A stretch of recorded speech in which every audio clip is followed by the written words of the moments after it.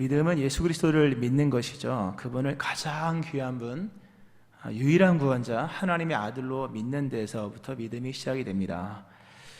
결국 믿음이라고 하는 것은 예수님을 얼마나 존귀하게 여기고 있을까, 그 얼마나 존귀하게 여길까, 그것이 그 사람의 믿음의 크기이며 믿음의 양입니다. 여러 가지로 믿음을 얘기할 수 있겠지만 그리스도의 그 존귀하심을 얼마만큼 인정하느냐라고 하는 그 부분과 믿음은 그냥 연결됩니다.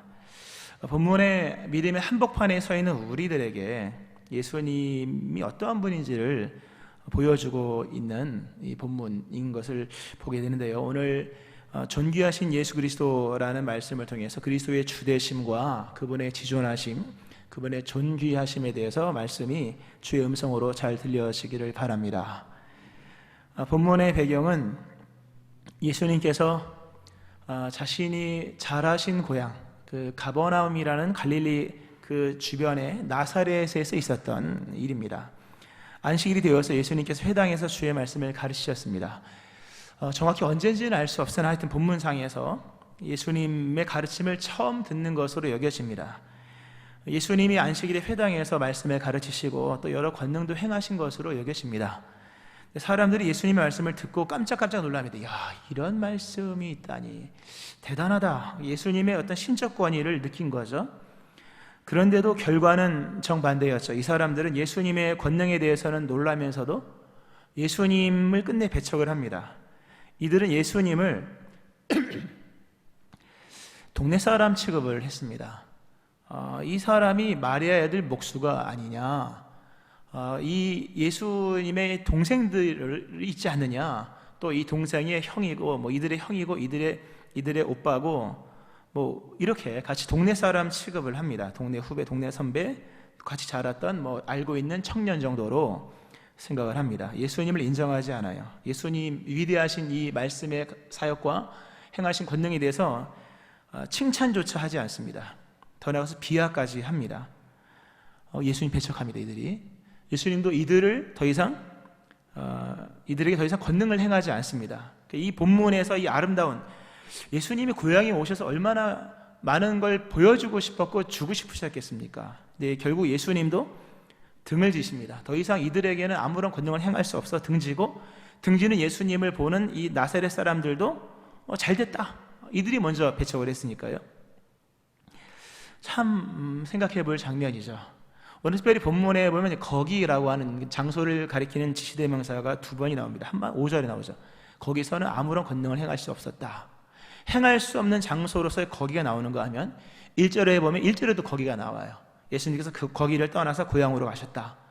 이 지시대명사가 1절, 5절 나오는데 완전 다른 장소입니다. 5절, 본문에서 5절, 갈릴리 나사렛 있어서 예수님은 거기서는 아무런 권능을 행하지 못하셨는데 1절에 거기가 어디냐? 앞절이 나오잖아요. 앞에 나오는데 거기서는 예수님의 대표적 기적이 나옵니다.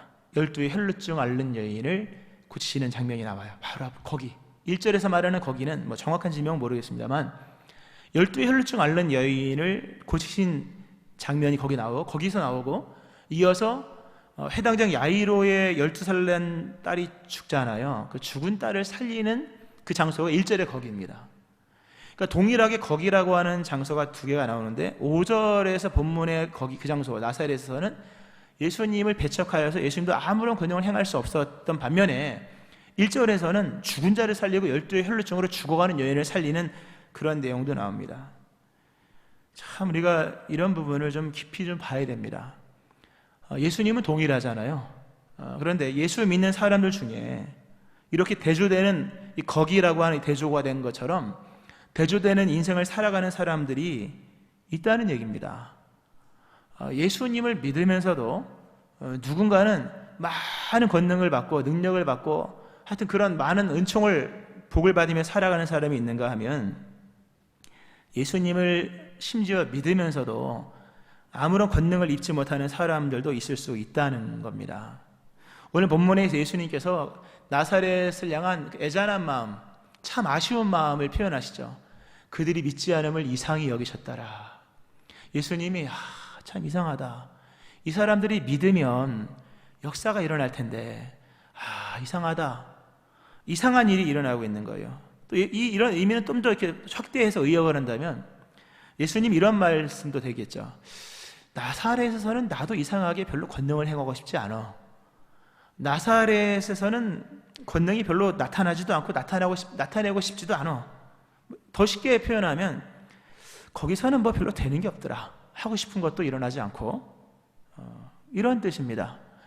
우리 예수님 오실 때 그 누군가의 인생 속에는 예수님이 적극적으로 소녀야 일어나라 달리다고 하면서 손을 잡아 일으키는 그런 경우도 있고 자신의 모든 걸 오픈해서 만질 수 있도록 개방하시는 경우도 있었지만 그 어느 누군가에게는 예수님이 뭐 그러진 않겠지만요 그 암흑에는 내가 능력을 행하고 싶은 마음이 사실 별로 들지 않아. 이상하게 그 사람 앞에서는 내가 별로 역사를 행하고 싶지 않아. 이런 사람들도 있는 거예요, 여러분. 그러니까 우리의 모습이 어떠한 모습인가를 돌아보셔야 하고요, 나의 영적 상태를 체크하셔야 됩니다.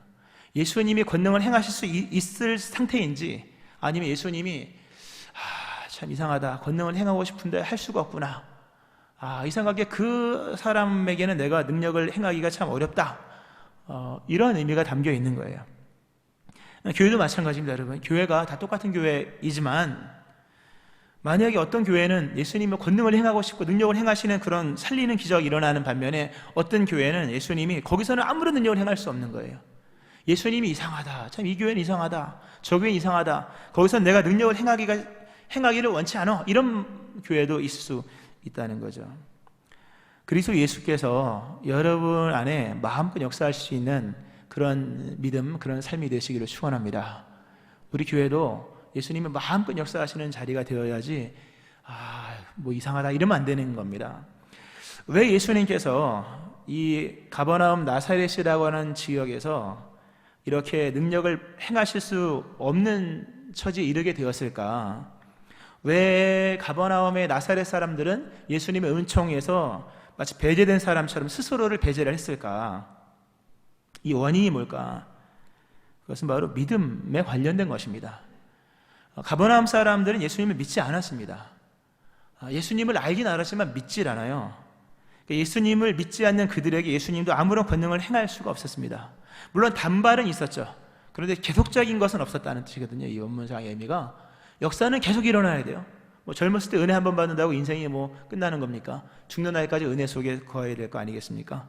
구름은 기둥처럼 임해야 되고 불도 기도 항상 있어야 되는 것이지 그냥 떴다 졌다 하면 안 되는 것인데, 이 가버나움 나사렛이라고 하는 지역에서는 예수님이 단발적인 사건을 일으켰지만 그 충만한 역사를 일으킬 수 없었다는 거죠. 그 일으킬 수 없었던 원인은 그들에게 믿음이 없었기 때문이다. 예수님을 믿지 않았다는 거예요. 중요한 얘기입니다, 여러분.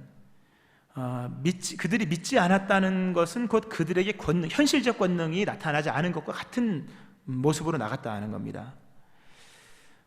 믿음은 내면이죠, 여러분. 믿음은 추상입니다. 추상 명사잖아요. 그러나 권능이라고 하는 본문에서 나타나는 권능들은 현실 세계입니다. 근데 이 믿음과 현실 세계가 아주 긴밀하게 연결되어 있다는 겁니다. 예수님께서 현실적 권능을 행할 수 없었던 것은 그들의 내면에 예수님을 믿는 내면적 믿음이 없었기 때문이다. 무슨 말씀인가 하면 믿음은 현실 세계에 영향을 많이 끼친다는 겁니다. 너무 믿음의 중요성에 대한 부분을 좀 언급합니다. 믿음은 현실 세계에 엄청난 영향을 끼칩니다. 믿음은 현실의 삶의 변화를 일으키며 참된 믿음은 하나님의 능력을 불러옵니다. 우리가 불러온다기보다는 하나님이 역사하시는 거죠. 참된 믿음이 있는 곳에 하나님의 능력이 나타나고, 참된 믿음 안에서 변화가 일어나고, 행동과 삶의 동선과 손짓과 눈빛 변화가 일어납니다. 참된 믿음 안에서 관계의 변화가 일어나고, 그리고 심지어 참된 믿음 안에서 물질과 돈에도 영향이 끼치게 됩니다. 건전하고 온전한 믿음 안에서 예수님 우리의 현실의 삶을 바르게 이끌어 가십니다. 그 반듯한 믿음, 건전한 믿음은 현실의 삶에서 그리스도 예수의 권능을 정말 경험할 수 있는 비결 중에 하나입니다. 온전한 믿음, 반듯한 믿음의 사람을 예수님은 현실의 삶에서도 바르게 이끌어 가십니다. 문제는 이상한 믿음이에요. 참된 믿음이 현실 속에 참된 영향을 끼치듯이 잘못된 믿음, 이상한 믿음 역시 그 삶에 악영향을 끼칩니다. 틀어진 믿음은 뒤틀린 삶을 만들고, 불신은 삶의 불통을 일으킵니다. 우리의 삶의 이상한 믿음은 이상한 일을 유발할 수 있습니다. 물론 모든 게 다 그렇게 그냥 갖다 막 붙일 수 있는 것은 아니죠. 하나님의 섭리도 있고 신비도 있으니까. 그러나 분명 불신앙이라고 하는 것은 삶의 여러 가지 문제를 일으킨다는 것. 믿음은 추상이고 내면이지만 믿음의 역사마저 추상이고 비현실은 아니라고 하는 겁니다. 그리스도 예수의 역사는 지금 현실 속에서 나타나기를 원하시는 것인데, 이들의 믿음이 없으므로 이들의 현실의 삶에서 권능을 행하지 않았다는 부분을 봤을 때, 믿음과 현실은, 또는 불신과 어떤 현실은 긴밀하게 상관되어 있다고 하는 겁니다. 우리의 삶에 불통이 일어나거나, 우리의 삶에 이상한 일들이 일어나거나, 우리의 삶에 지속적으로 무언가의 문제가 발생한다면 생각을 좀 해보셔야 됩니다. 믿음을 긴밀하게 점검을 하셔야 돼요. 단순히 우연이 아니고, 물론 믿음이 좋은 자에게도 의인도 고통받는다, 이 성경에 나와 있는 얘기니까. 근데 그게 의인의 고통이 아니라면 믿음을 빨리빨리 점검을 해보셔야 됩니다. 이 나사렛에 있었던 이 사람들의 문제는 예수님을 믿지 않았습니다. 기적은 경험했어요. 보니까 말씀도 들었습니다. 문제는 그리스도 예수께서 행하신 기적의 의미에 가치를 두지 않았다는 거예요. 기적으로서 열매를 맺는 건 뭡니까? 기적 자체가 아니라, 떡을 먹고 배부른 게 아니라 예수가 누구신지를 발견하고 그분의 존귀함을 깨닫는 거잖아요. 그분을 인정하는 거지 않습니까? 근데 이 갈릴리에 있는 이 나사렛 사람들은 그리스도 예수의 기적은 보고 가르침도 들었지만 그 가치와 그 존귀함에 대한 부분이 마음에 와닿지가 않는 거예요. 행여 오늘 이 자리에 우리들 가운데 또 말씀을 듣는 분들 중에 믿음 생활의 가치가 점점 떨어지는 분이 있을 수 있을지도 모릅니다.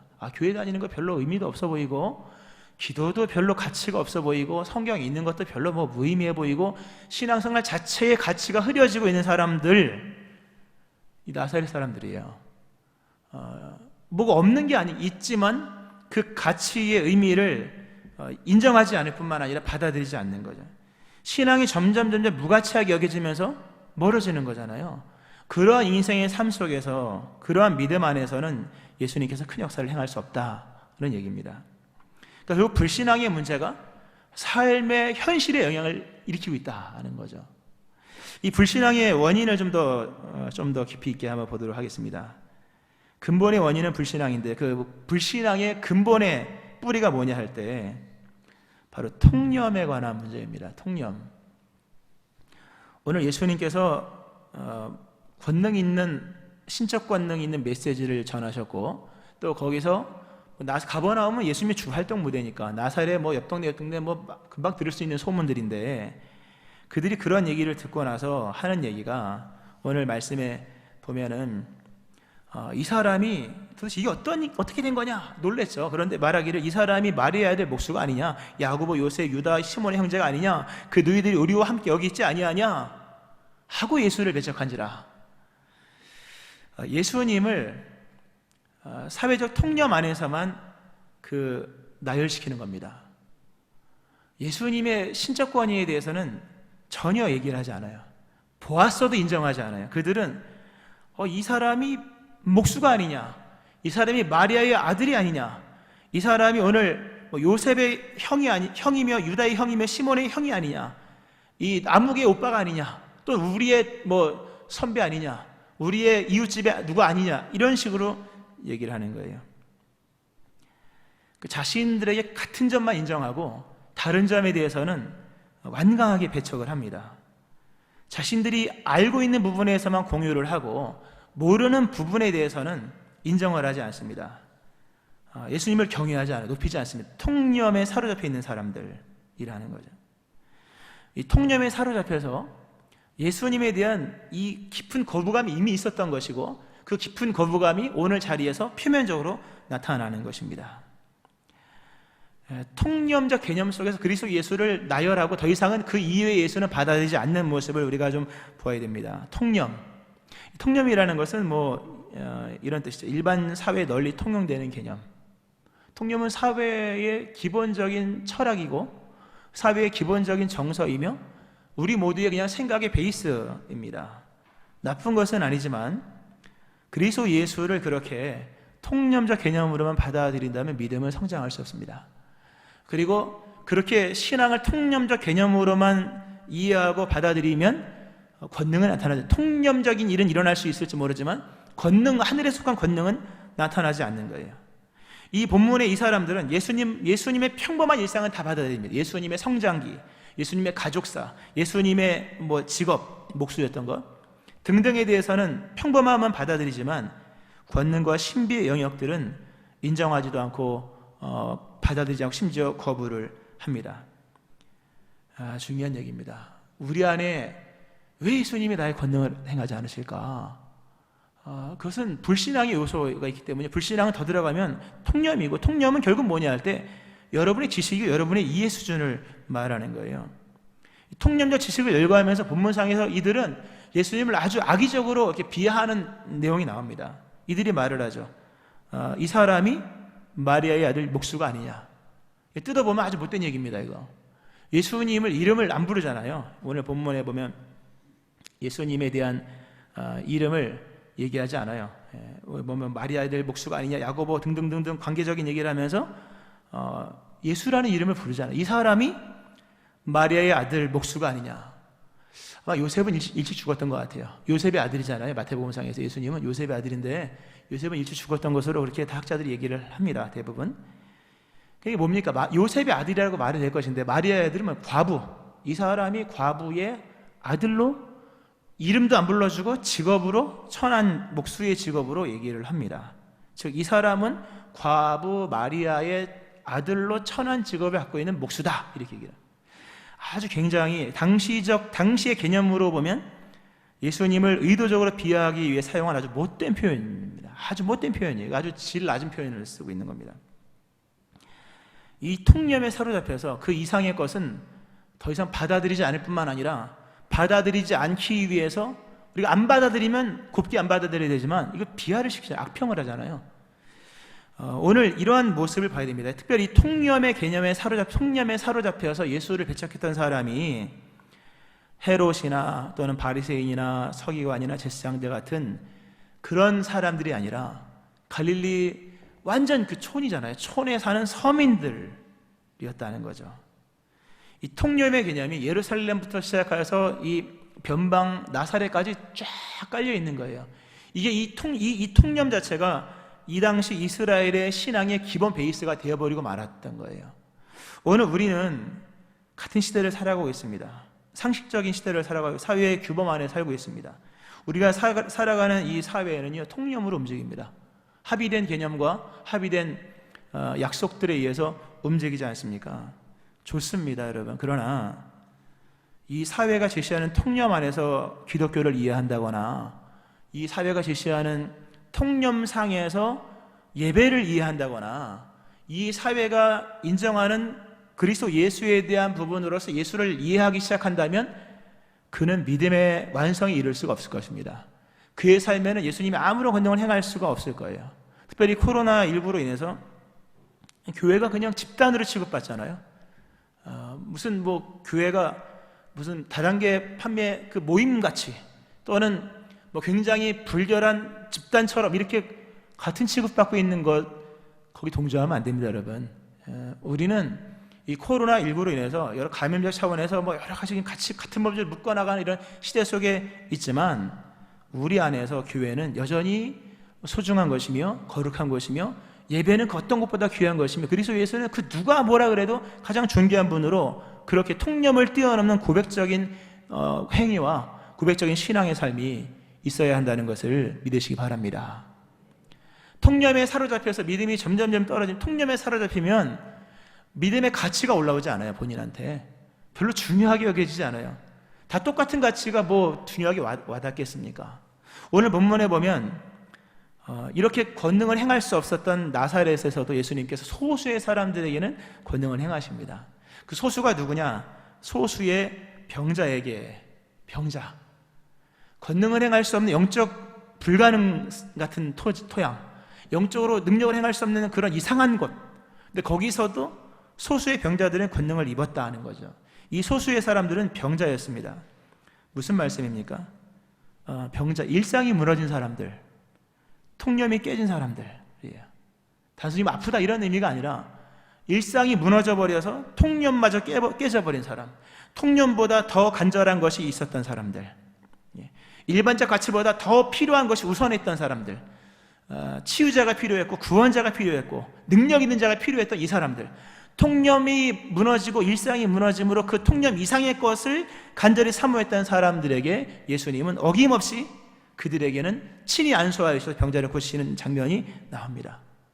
시대가 아무리 통념으로 흘러가고 기독교가 비하되고 비하가 얼마나 많습니까? 악평도 많이 있고. 그러나 그럼에도 불구하고 수많은 사람이 통념 속에 예수를 배척하는 일이 있다 할지라도 예수님은 자신을 주로 고백하는 모든 자에게 언제나 예외 없이 부요하시고 풍요하시다는 사실입니다. 성경이 말씀하죠. 성경이 이르되 누구든지 그를 믿는 자는 부끄러움을 당하지 아니하리라.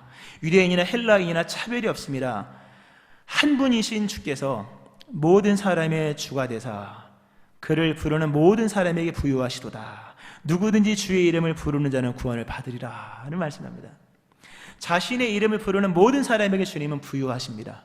이렇게 통념적인 사고가 일반인들 사고에서 뿐만 아니라 기독교회까지 막 강압적으로 들어와서 통념이 일반이 돼서 기독교마저 보편이 되고 예배마저 일반화되어 버리는 듯한 개념 속에 있는 시대일지라도 그리스도 예수를 통념 이상의 분으로, 지존하신 분으로, 존귀하신 분으로, 나의 구원자, 유일한 나의 구원자로서 받아들이고 주의 이름을 부르는 자에게 예수님은 예외 없이 그 사람에게 자신의 권능을 부족함 없이 넉넉함으로 부요하심으로 나타내신다라고 하는 사실입니다.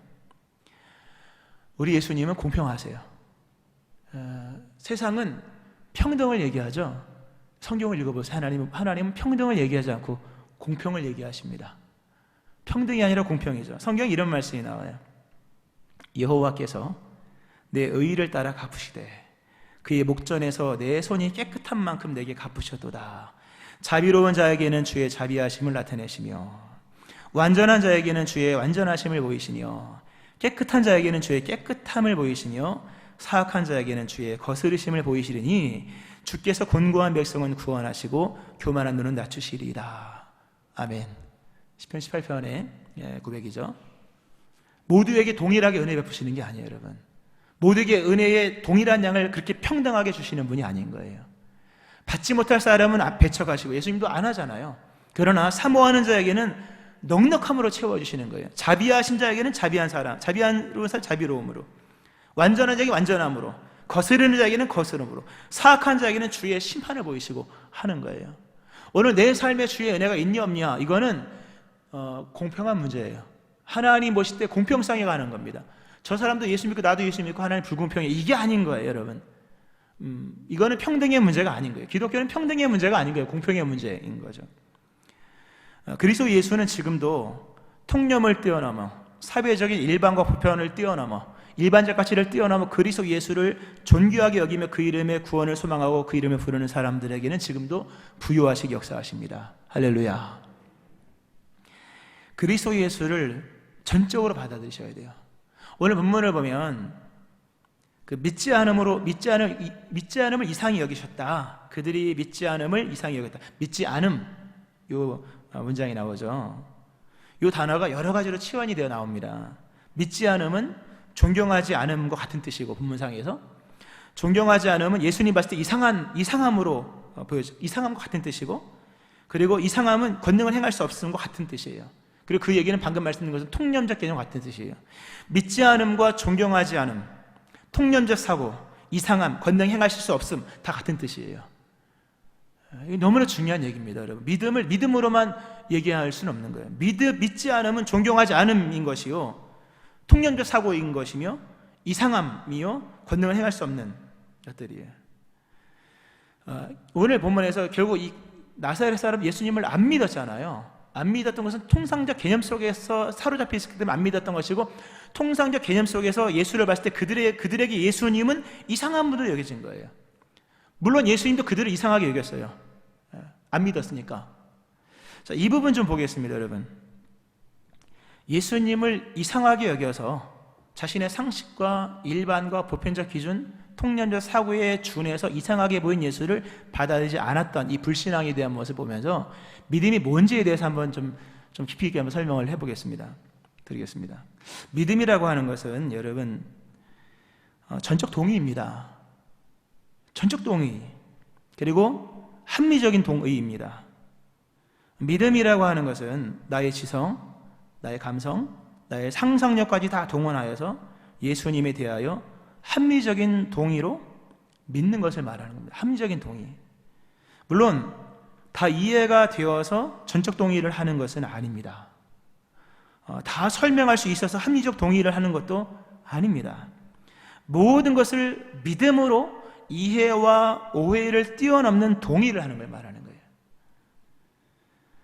합리적인 것은 합리적으로 믿어지죠. 당연히 그건 뭐 당연히 믿어지죠. 합리적인 건 합리적으로 믿어지고 불합리마저도 합리적으로 믿어드리는 겁니다.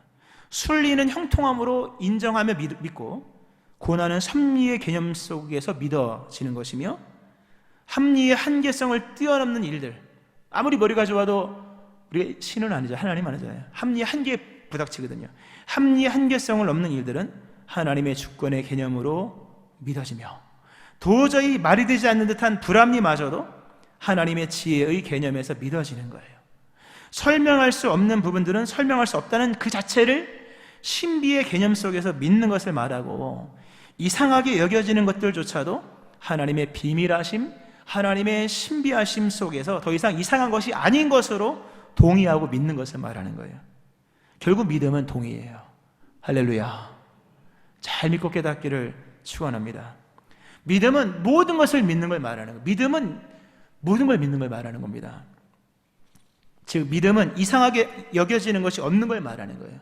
그리스도 예수에 대해서 이상하게 여겨지는 것이 없는 것, 물론 처음에 있겠죠. 그러나 이상하게 여겨지는 부분들이 점점 사라지고 나중엔 100% 전적 동의.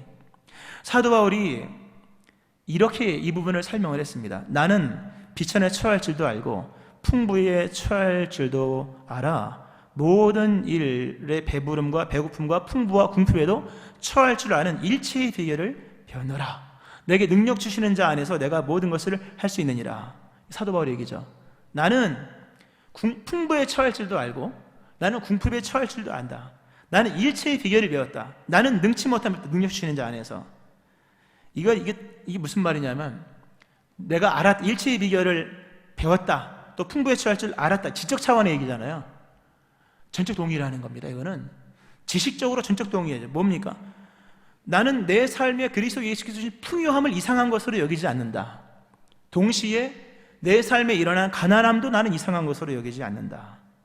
나는 능력이 펼쳐지는 형통의 일들도 이상하게 여기지 않을 뿐만 아니라 이상한 것으로 여기지 않을 뿐만 아니라 삶에 어렵고 막히는 일마저도 나는 이상한 것으로 여기지 않는다. 나는 모든 것을 다 이상한 것으로 여기지 않는다. 나는 그리스도 예수를 믿는 믿음으로 모든 것에 동의한다라는 뜻입니다. 이게 의미적으로 설명을 드린다면 그러니까 사도 바울의 인생에는 이상한 게 하나도 없는 거예요. 그리스도 예수께서 행하신 모든 일은 이상한 게 없어. 더 이상 풍부도 이상하지 않듯이 궁핍도 이상하지 않은 거예요. 전진도 이상하지 않듯이 후퇴도 이상하지 않은 거예요. 그의 신앙의 세계 속에서는 더 이상 이상하게 여길 만한 것이 하나도 없는 거예요. 전적 동의가 일어난 거죠. 물론 그도 이해하지 못할 것이 많이 있었으나 이해를 뛰어넘어 믿음으로 이해한 거죠. 베드로가 시련과 고난을 당하는 성도들에게 베드로전서 4장에서 이러한 표현을 썼습니다. 이런 말씀을 썼는데 들어보세요. 사랑하는 자들아, 사랑하는 자들아, 너희를 연단하려고 오는 불시험을 이상한 일 당하는 것 같이 이상히 여기지 말고 오히려 너희가 그리스도의 고난에 참여하는 것으로 즐거워하라. 이는 그의 영광을 나타내실 때에 너희를 즐거워하고 기뻐하게 하려 함이라 라는 말씀입니다. 너희에게 다가오는 시련과 시험을 이상한 일 당하는 것 같이 이상하게 여기지 말아라. 아멘 하시기 바랍니다. 이상한 일 당하는 것 이상하게 여기지 말아라. 여기에는 다 하나님의 계획이 있는 것이니 즐거워하라. 전적 동의하라. 심지어 감정적으로도 동의하라 라는 말씀을 합니다.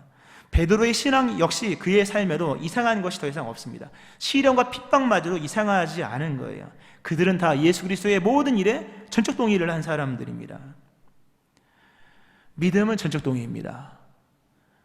오늘 여러분의 인생 속에 아직도 이상하게 보이는 것이 많이 있습니까? 그것으로 인해서 그리스도 예수를 배척하는 일이 없기를 바라고, 이상하게 보이게 만드는 통념적 개념을 말씀의 권위 앞에 내려놓으셔야 돼요. 자꾸 그렇게 통념적 개념 속에서 이상하게 보이는 것이 있다면 성령님께 기도하세요. 진리로 밝히실 것이며 예수님께 도움을 간구하세요. 반드시 오셔서 깨닫게 하실 것입니다. 말씀을 좀 맺으면서요, 오늘 이렇게 가버나움의 나사렛 이 동네 사람들 하도 안 믿으니까 예수님께서 참 이상하다, 이상히 여기셨더라, 이게 무슨 뜻입니까? 충분히 믿을 만큼의 신화적 경험도 했고 깨달을 만큼 배움도 있었는데 왜 이들이 이렇게 믿지 않을까 하시면서 무서운 얘기죠. 아쉬움과 더불어 참 한탄스러운 얘기입니다. 성경에 보면 예수님께서 마태복음 11장에 보면 예수님께서 정말 마음을 여시고 많은 권능을 행하셨던 고라신, 벳사다, 가버나움, 그러나 그들이 끝내 믿지 않음으로 예수님 책망하시는 내용들이 나와요. 제가 읽어드려 볼게요. 예수께서 권능을 가장 많이 행하신 고을들이 회개하지 아니하므로 그때에 책망하시되 화 있을진저 고라시나 화 있을진저 벳세다야, 너에게 행한 모든 권능을 두로와 시돈에서 행하였더라면 그들이 벌써 베옷을 입고 제에 앉아 회개하였으리라. 가버나움아, 이 나사렛이죠. 가버나움아, 네가 하늘에까지 높아지겠느냐? 음부에까지 낮아지리라. 너에게 행한 모든 권능을 소돔에게 행하였더라면 그 성이 오늘까지 있었으리라. 내가 너희에게 이르노니 심판날에 소돔 땅이 너희보다 더 견디기 쉬우리라 하시니라. 무슨 말씀입니까? 믿을 수 있을 만큼 권능을 행했는데 안 믿은 거예요. 그럼 누구 책임입니까, 여러분? 깨달을 만큼 가르쳐줬는데 깨닫지 않는 거예요. 이건 의도적인 거부인 거예요. 배척인 거예요, 배척. 예수님께서 그들을 책망하십니다. 오늘 예수님께서 우리에게 말씀하시는 음성, 오늘 우리의 믿음 상태를 보세요, 여러분. 내가 받은 은혜가 고스란히 믿음의 성장으로 이어져 왔는가? 아닌 분들도 꽤 많을 수 있습니다.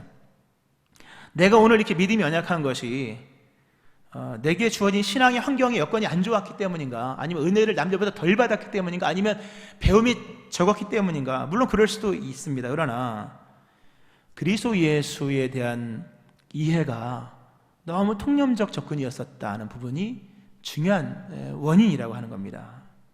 말씀을 좀 맺겠습니다, 여러분. 성도가 이 땅을 살아가면서 얻는 가장 큰 기쁨과 자랑이 무엇일까? 돈 많이 버는 걸까? 뭐 좋죠. 돈 많이 벌면 나쁠 사람 누가 있겠습니까마는 뜻이 하늘에서 이루어진 것 같이 땅에서 이루어지는 것, 이게 가장 큰 기쁨이에요. 아멘 하시기 바랍니다. 뜻이 하늘에서 이루어진 것 같이 땅에서 이루어지는 것, 하나님의 영광과 하나님의 권능이 내가 발을 딛고 있는 내 삶의 현장에서 나타나는 것, 내 삶에 하나님의 역사가 나타나고 내 삶에 주의 영광이 나타나는 것, 이것이 우리의 가장 큰 기쁨이지 않습니까?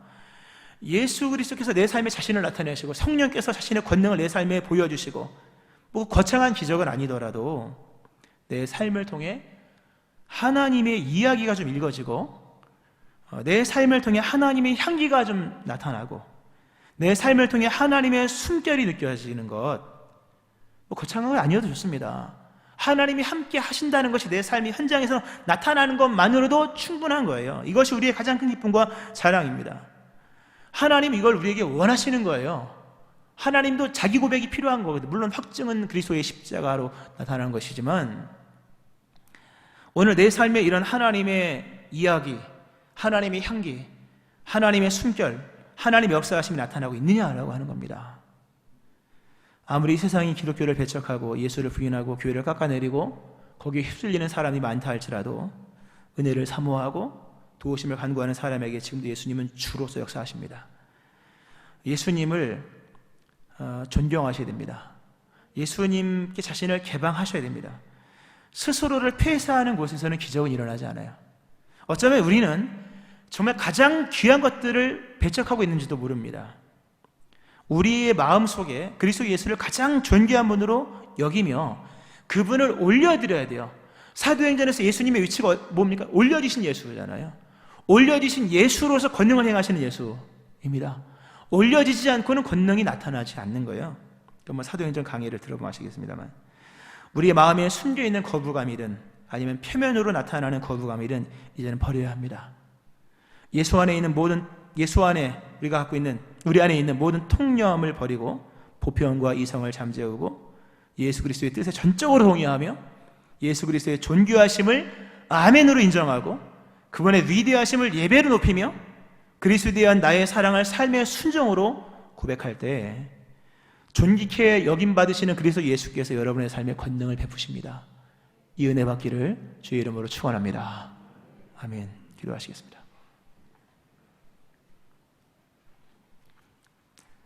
존귀하신 그리스도 예수, 우리 주님, 우리 안에 숨어있는 거부감들 또는 표면으로 표출되는 거부감들, 우리 안에 보편과 이성들을 다 버립니다.